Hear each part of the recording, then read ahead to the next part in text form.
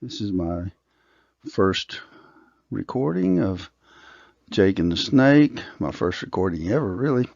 Um, I have written a book. It's about a young boy named Jake and has a good moral truth to it that I think would benefit your child. My children have read them, and other people I know, their children have read them. So what I wanted to do today is kind of tell you a little something about myself and then also tell you something about the book. So without further ado, we'll just move through here. I've given you the quick introduction. We're going to go through a little bit of a scene overview, a scene discussion, and then kind of display what the moral of the story is in a summary. The book is published through Christian Faith Publishing, so if you're turns out that you're interested, that'd be the place to do it. I'm a graduate of Athens State University in northern Alabama, and I've worked in many different environments in my career as an engineer. I've invested in real estate, had some other business ventures along the way. Always wanted to own a farm and tend to animals and things of that nature. I find it to be very rewarding. Opportunity to observe nature and whatnot. But in my engineering job, I see lots of people taking shortcuts and doing things that they think will get them there sooner. They have what I call get there-itis, no matter what, and sometimes they don't get the results that they desire to get. But sometimes it works, and so I'm not going to judge any of that. My wife and I, Susan, we live, our farm, like I mentioned, is here in western Maryland, and it's a peaceful place. You can see there's the creek that borders our property. It's a sight to behold, great place to camp out and just commune with nature and that kind of thing. This is another view of herd of deer. It actually qualifies as a herd. I think there's probably 10 or 15 of them in that one. But living out in the country, it's a different lifestyle than the city lifestyle. I've lived in big cities, New Orleans, Atlanta, Jacksonville, all across America. Huntsville, Alabama was where I was born. And so I like the pace of the country life, the rural landscape. It offers you an opportunity to see animals differently than what you do in the city. And how they have, there's a system, there's a process that they follow, and it's at first it seems kind of unusual, but after you watch it for a while, you begin to notice there's certain behaviors, certain things that animals do that people have some similar type traits. Okay, and so these books are an attempt to take some of that and put it into a story that a little kid or a young adult could read and understand, and take away a lesson from it. This first book is Jake and the Snake, and it's, as you guessed, it's about a guy and another deceptive creature, the snake. And so we have snakes. They're in our environment. There's not a lot we can do about them. Most people have a natural aversion to them, but not all snakes are bad. I've learned that since I moved out here, and some snakes are actually good and beneficial. They cut down on rodents and other less desirable type things. So, but the way the snake basically operates is it's hypnotic and it's deceptive, and by the time you realize what's going on, it's usually too late. But okay, so anyway, the first scene in the book is you know, this little boy Jake. He's playing with his building blocks, and each scene has some type of a message associated with it. This particular one is it depicts the words Lord and Jehovah, and it's kind of a take on John chapter 1 verse 1. In the beginning was the Word, and the Word was God, and the Word was with Him, with God. And so or something along those lines, right? I mean, close enough. Paraphrasing. Maybe I ought to say that again, because it's more like in the beginning. Well, I'll just read it off the. In the beginning was the Word, and the Word was with God, and the Word was God. And so, but that first scene, it just looks like a kid playing with blocks, but there's actually a deeper meaning. And each one of the scenes, and we'll go through them. There's the 10 letters carved in stone, reminiscent of the Mosaic Covenant, and the 10 instructions there. Jake is a genuine article. He's not pretending to be anything he's not. There's depictions of the Father and the Son, the Holy Ghost, and the raven. The raven comes to steal. That's when you first realize that that's what Jake's friend Zake is up to. All of these books have rhyming words, and sometimes it's a little interesting, the story that comes out of the words, but you got to work at it. I'll just tell you that it doesn't just happen. There's the dark alley symbolism, deception, and light from above, and then there's Zake, the reveal of Zake. But yeah, we'll get across all. Like I say, each scene has a message. There's a love for God. Jake is the fisher of men, and then in the end of the book, there's the blessing of the children. And for a lot of people, they want to know how to, what they can do for their children, and how they can help them. And my thing is, well, be an example to your children how they should live their lives, and they'll pick up on that. They pretty much copy everything we do, right? So they'll live their lives the way you live yours. But in addition to that, you can do the spiritual thing, and you can pray for God's blessing on your children. So in the beginning, we already kind of talked about this a little bit, but he's playing with blocks, which is a common thing for children to do. But these blocks have a kind of a deeper message. They spell out the words Lord and Jehovah. And so, like I said, there's a parallel here to John 1. The connection you want to make with your child is it's important to have a good foundation, to build on your faith. Start young, begin to develop that faith, and then let it be something that guides your everyday, actions, works, if you will, the things that you do with yourself and whatnot. So that's a good. I thought that was the first book. It's the first page, and it's a good beginning.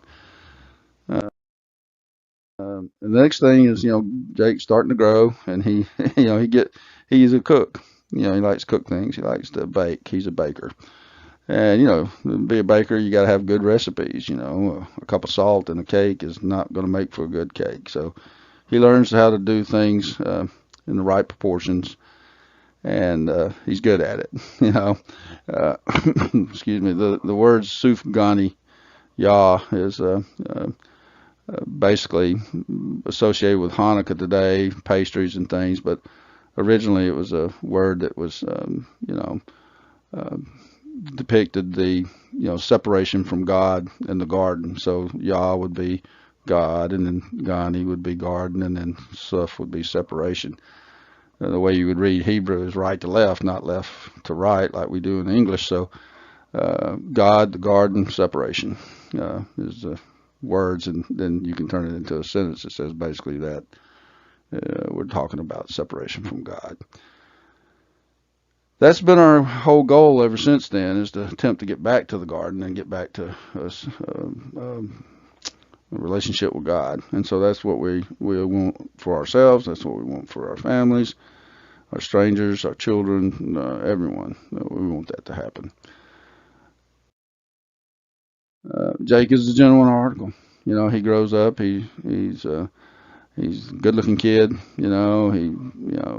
Athletic. He's successful. He's focused. He's a clean guy. He's a good kid. And so this is what we want our own kids to all be. We want our children to grow up and be successful. We want them to see themselves through Jake. It's like I can be genuine too, and just be yourself. They can't take that away from you. They'll try, but they can't. But just be yourself. And so then there's a depiction of the Father and the Son, and the Spirit. Now, we're all sons of God, so there's not a problem with that. I don't know. Well, this is just an artist's rendition of what we think God might look like, but who knows? He can look like whatever you want him to look like. Okay, he just what he looks like in the book. And then the dove is a spirit, symbolic of the Spirit. So it's a good little scene. This is where you meet Jake, really for the first time, but really the raven. He's in the picture. He's symbolic of, he's a thief. So the thief is always trying to, wait till your back is turned or something, sneak off with your possessions or whatever. Zake here, he's a little more upfront about it. He's pretends to be your friend, and actually he's very deceptive. He's out to do harm, and so Jake is kind of mesmerized by him. Like he's like associating with him, and thinks that Zake is maybe someone he can be friends with. So but all along the way, there's symbology in here of the dark alley, which is behind in the scene back there. Zake is trying to lure Jake away from, the good life and being true and whatnot. And so it's like, it's more and more, during the story, Zake is, attempting to convince Jake that you don't have to work. You can do whatever you want. You can, be whatever. You can, you don't have to do these, these things, that basically rules for behavior. You don't have to be like that. You can be something different. And, I have to admit that's a pretty appealing argument.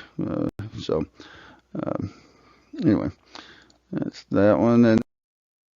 And so, but, the favor of God never really stops shining upon Jake, even when he's, in this situation where Zake is attempting to coerce him and get him to worship idols and seek after other gods. Yeah, Jake's not, he's pondering it, but he's not falling for it. You can tell he's in the story. He's like, no, I don't think so. And then the next scene, he actually presents his case to Zake. Zake reveals himself for who he really is. Not a good person, and it's disappointing to Jake, because he attempts to convince Zake that there can be a different path, a different choice. And so what Zake is faced with here is there's a narrow path to Zake's right and a more wide path to the Zake's left.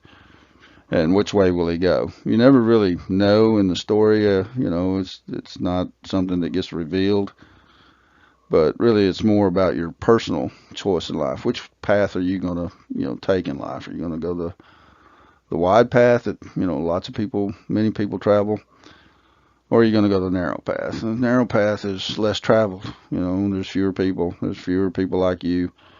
You just have to be willing to accept that. But it's still disappointing to Jake. He's offering up over here he's offering up the olive branch of peace, but it's not.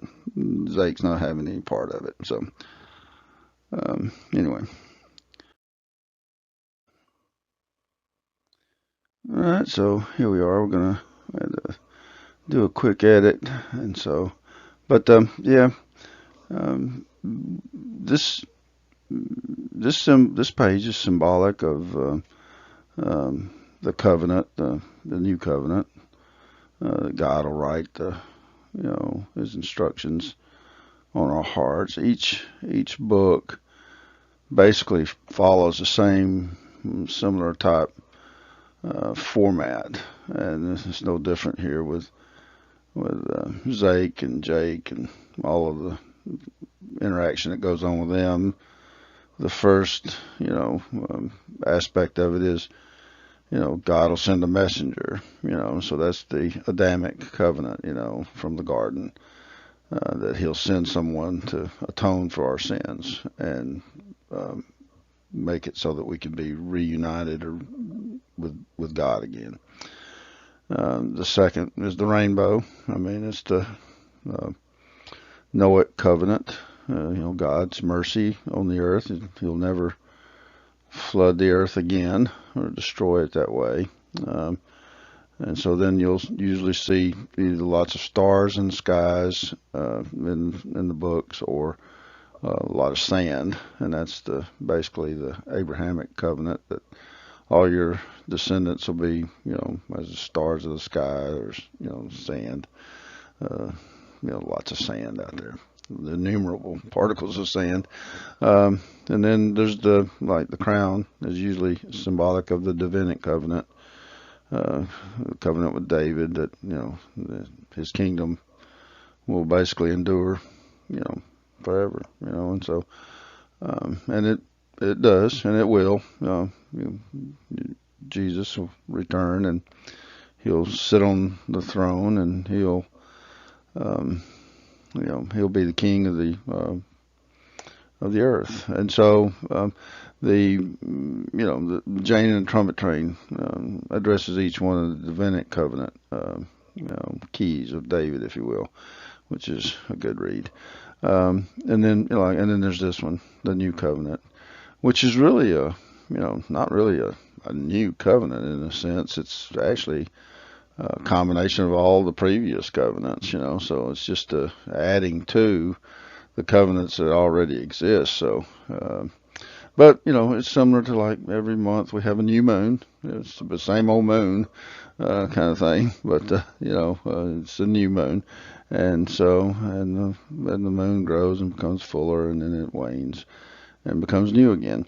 But yeah, so this is a good page. The heart symbol shows up pretty much in all the books too, so you'll see the common theme or common approach to each of the books, and so that deals with that. So thank you for that.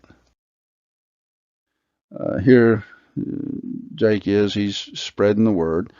He's a fisher of men. He doesn't discriminate. Words for everybody. There are rich people. There are Romans. There are people, all types of races, creeds. There's even the little girl with the basket of bread, and the word is the bread of life, right? Uh, the fish symbol with the Yeshua in it, Yahweh, Yoveh, depending on who you listen to, is the Yah portion of that. Yah is God. And then Yeshua, that was Jesus, that was his name. Yeshua means God's salvation. He came, or God's anointed, came to die for our sins. And so this is like a combination of the two words, Father and Son. And then the Spirit is represented by the fact that the sail is full of wind, which the Spirit moves like the wind. So it's a good symbol. It's a good page. I had to take a break there for a second. So the blessing of the children is the thing that really and truly that's what you want to do for your children. The symbols that he's using are, most everyone would recognize it from Star Trek or something of that nature.